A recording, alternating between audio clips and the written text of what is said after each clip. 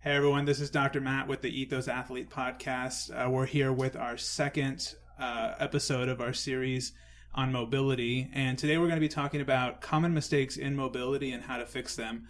For this episode, just like the series, we have Dr. Tom, who's joining us.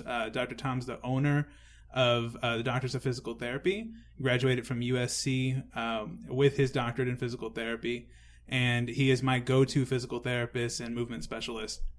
Dr. Tom, welcome to the show. Hey, thanks for having me back.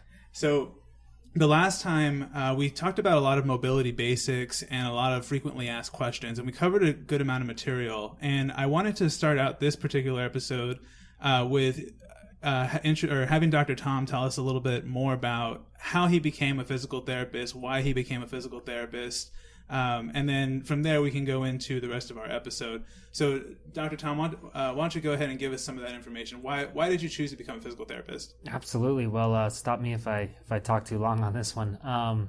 So I was a personal trainer. I've been a personal trainer since I was 18, 19 years old. Took my ACSM CPT course, and I was kind of off to the races, and I was out to, help people with different goals like weight loss and fitness goals. And, I was really into helping people feel better about themselves. And inevitably I'd get some people who were starting from the point of injury. And a lot of those people I was able to actually kind of figure out how to get them out of injury. But others I would kind of hit a brick wall and be a little bit stumped with. So I kind of wanted to shore up my weaknesses, and I saw physical therapy as the next best step to being able to consistently and effectively solve someone's issues every time when it comes to pain, so that they could continue their journey towards whatever goals they were trying to achieve with their fitness. So that was what inspired me to become a physical therapist.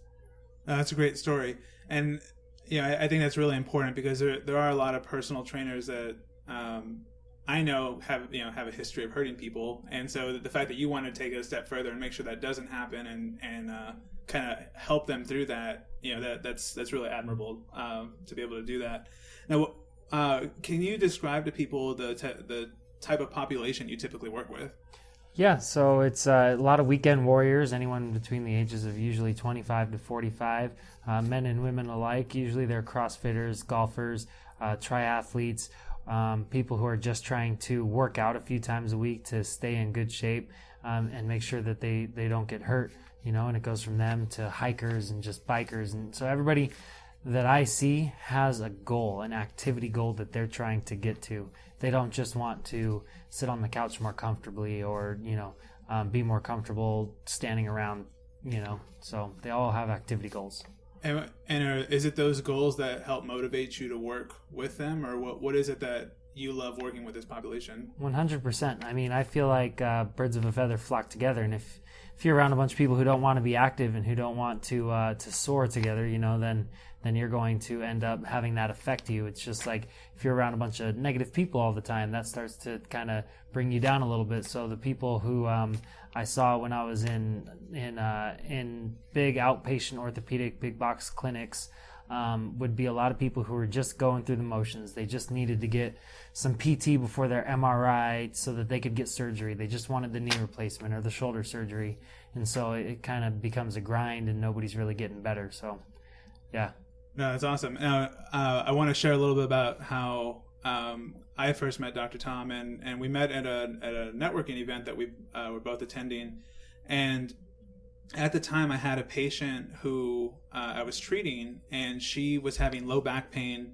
I wasn't able to get her better. She went to an orthopedic or a spine specialist, and they did an MRI on her.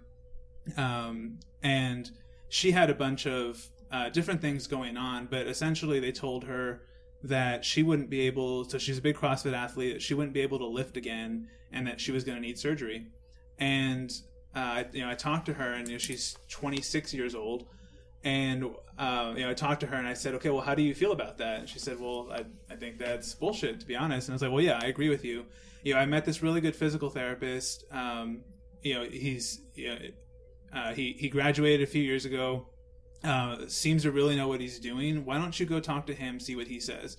And so, fortunately, she listened. She went to go see Dr. Tom. he started working with her. And why don't you tell what the timeline was for her getting better and where she is today? I think it was about 4 to 6 weeks between when I started seeing her and she was back to front squatting her body weight and doing her thrusters without an issue. And so I think today, I mean, I haven't seen her in a while because she's back to it. And I think she finished, I want to say top 15 in her category for her profession in the nation that year. So that was pretty cool. Yeah. So it's super cool. I mean, she's been able to PR a lot of her lifts. She's back to full strength and able to go. And she didn't have to do any surgery. And it was all because she had a great physical therapist and Dr. Tom with that. And so, I love sharing that story just because, what was recommended to her wasn't necessary. And, if you're going to someone that knows what they're doing, then there's a good chance that, they won't need a surgery and can avoid that altogether.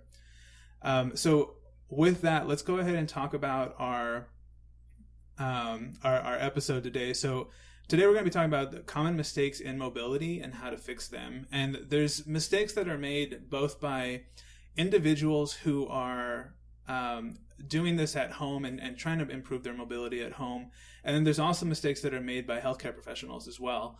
And it's usually just lack of knowledge or a bunch of different things. And so we're going to talk about what some of those are. First one we're going to start out with is foam rolling. So Dr. Tom, what are some of the things that people have or make mistakes with in regards to foam rolling? This is a great topic. So foam rolling can be misused in the sense that if people are just like gliding over the structures or using the foam roller as a kind of seesaw, that's not really an effective way to foam roll. You're not really going in there with a purpose. You're not breaking down the tissues and causing change in the muscular tissue. So when you go to foam roll, you actually have to find those places that are causing a little bit of discomfort and hang out there and move your limbs around and try to floss the muscle underneath the foam roller so that you can actually get the fascia and get the muscle to relax and to start being a little bit more mobile. And then, if they foam roll without a game plan, so if you don't do it on a consistent basis every other day for a little bit, and you find that you have to keep coming back to that and you're doing it for once a week for 4, 5, 6 months and you're just not getting better, well, maybe you're not doing it frequently enough. But on the other end of that, if you're doing it too frequently, so if every single day you're going in and sitting on a lacrosse ball and putting it right over your piriformis, that can cause the opposite effect. It can cause a guarding effect of the muscle to tense up and can be ineffective as well. And can the same stuff be said for stretching, or is there something unique to stretching that are mistakes that are made?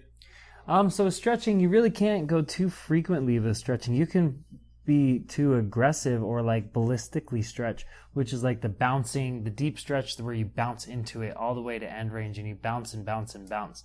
That stretching is probably not appropriate for many athletes. But in terms of, static stretching, it's not as effective as dynamic stretching, meaning that you're actually moving through a motion and feeling that stretch in all the joints and the muscles as you move through the ranges of motion.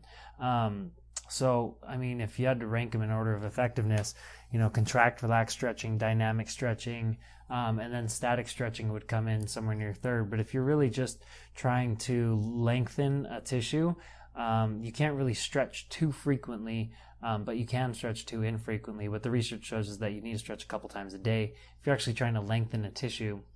I think where people get caught up with this is that they are stretching tissues that may not have a length issue. And so basically if a muscle is tense because it's guarding, that's different than a muscle that is short.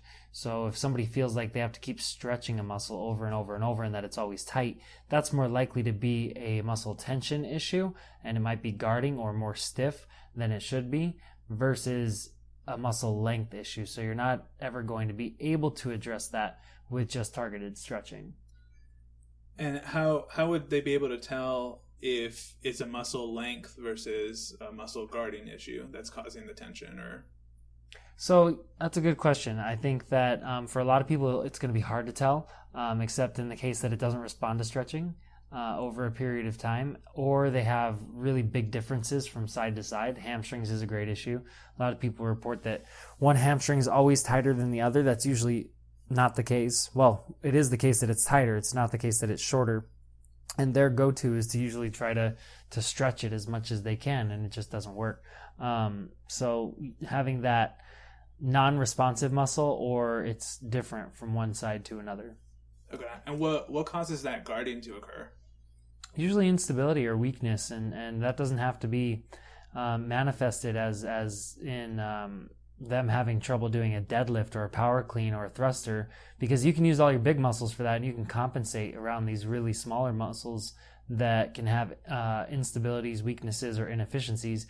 And we're kind of masters at adaptation, so you can compensate around those weaknesses all day with your big pushers, but in the end, when you're at rest, you start to feel all those muscles tighten up, because at your core there are weaknesses in whether it's the inner core muscles of the abdomen or the inner muscles of the hip, that those muscles are compensating for. And when you're doing a light activity like gait or just walking, right, then it really starts to set in that those big muscles are doing too much. Okay. Now, I know, or I don't know if you would agree with this, but I know historically for me in the past that there was an issue when I would look at a patient and then they would go and tell me, okay, well, you know, my hamstring is tight, or this is tight, etc.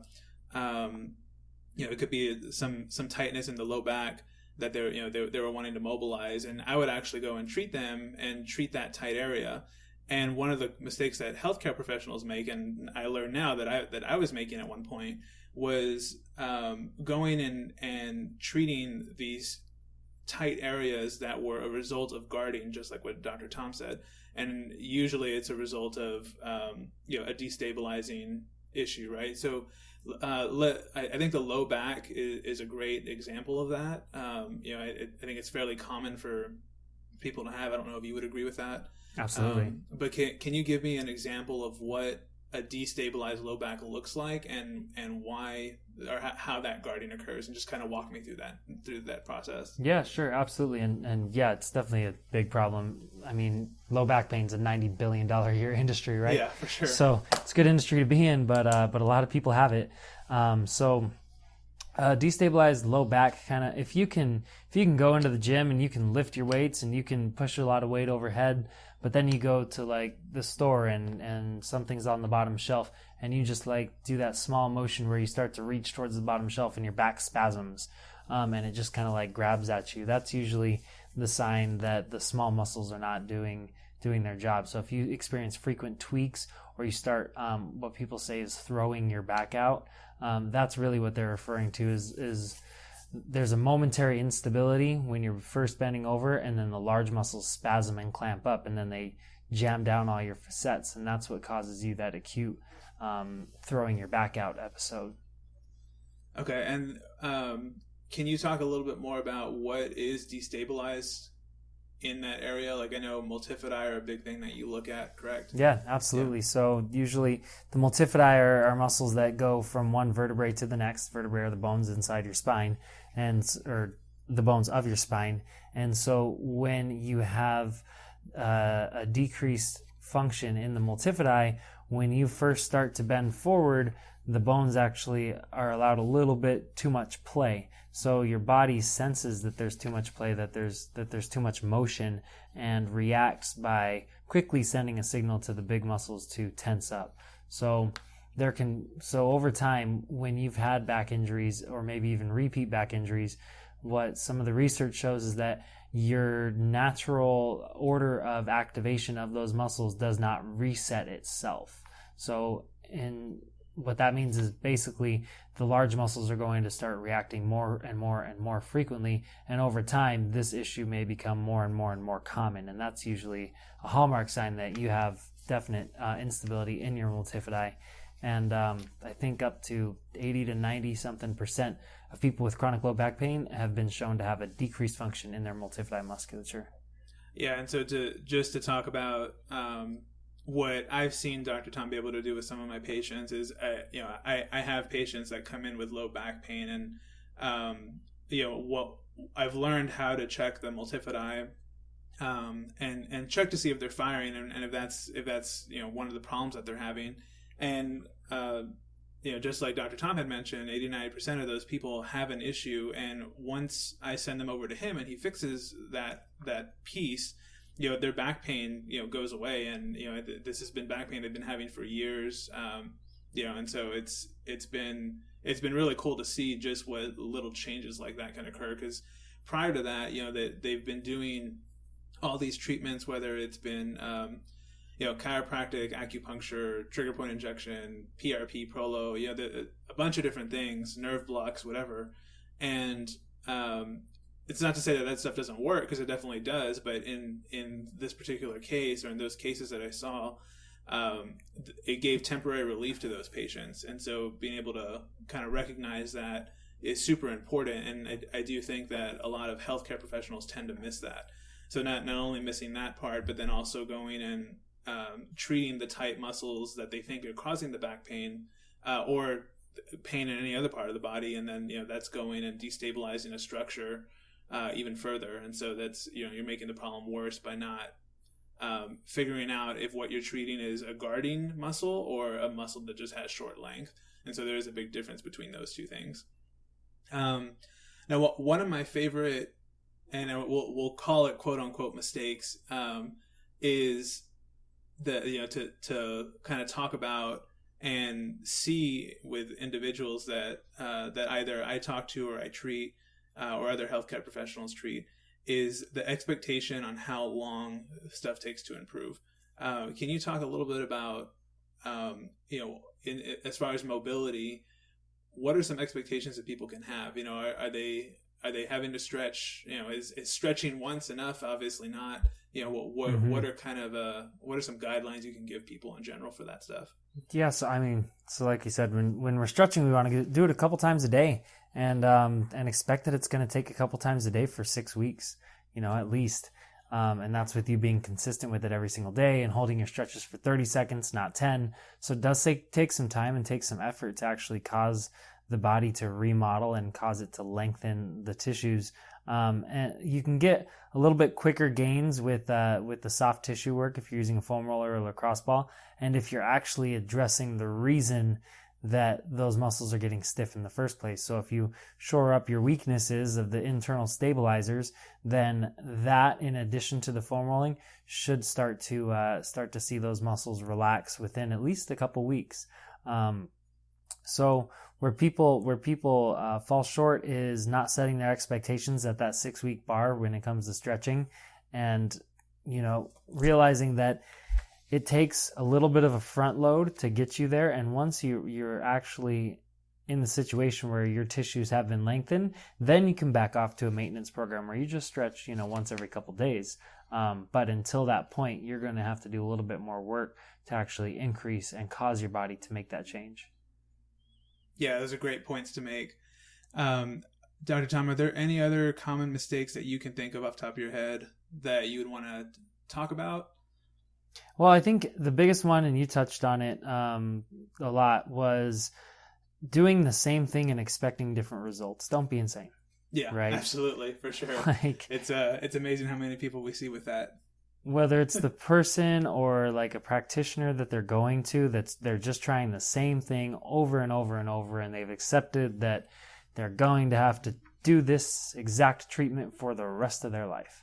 The only thing that should ever be for the rest of your life is actually doing some maintenance work to keep all your muscles in the right condition and doing the right exercises and movements to keep your body functioning the way that you want to. Yeah, absolutely. I love that. And that's kind of the philosophy. And that's why I like working with Dr. Tom, because we have that similar philosophy of the fewer times we're seeing you, the better we are at our job. So you should keep that in mind. I think that's a good standard for healthcare professionals to have. Obviously, there's some front work to be done in the beginning, but it shouldn't be a long time repetitive plan that you're constantly having to do. So with that, we'll go ahead and recap a few things. So make sure that when you are working on mobility, that you are making sure that the reason for the decreased mobility is addressed. Is it some sort of destabilized structure that's causing muscle guarding, and that's what's causing decreased mobility? Is it an issue with muscle length? make sure you're having someone evaluate that and check. And when you are, if you are doing self-treatment, make sure there's a purpose and a game plan behind what you're doing. So are you foam rolling? Are you using a lacrosse ball? Are you just doing stretching? Pick your tool and make sure you have a game plan for that. It'd be a good idea to have someone, a healthcare professional or someone kind of walk you through what a game plan should look like once they figured out what's going on with you. And then make sure to manage your expectations. Don't think it's going to be a quick process.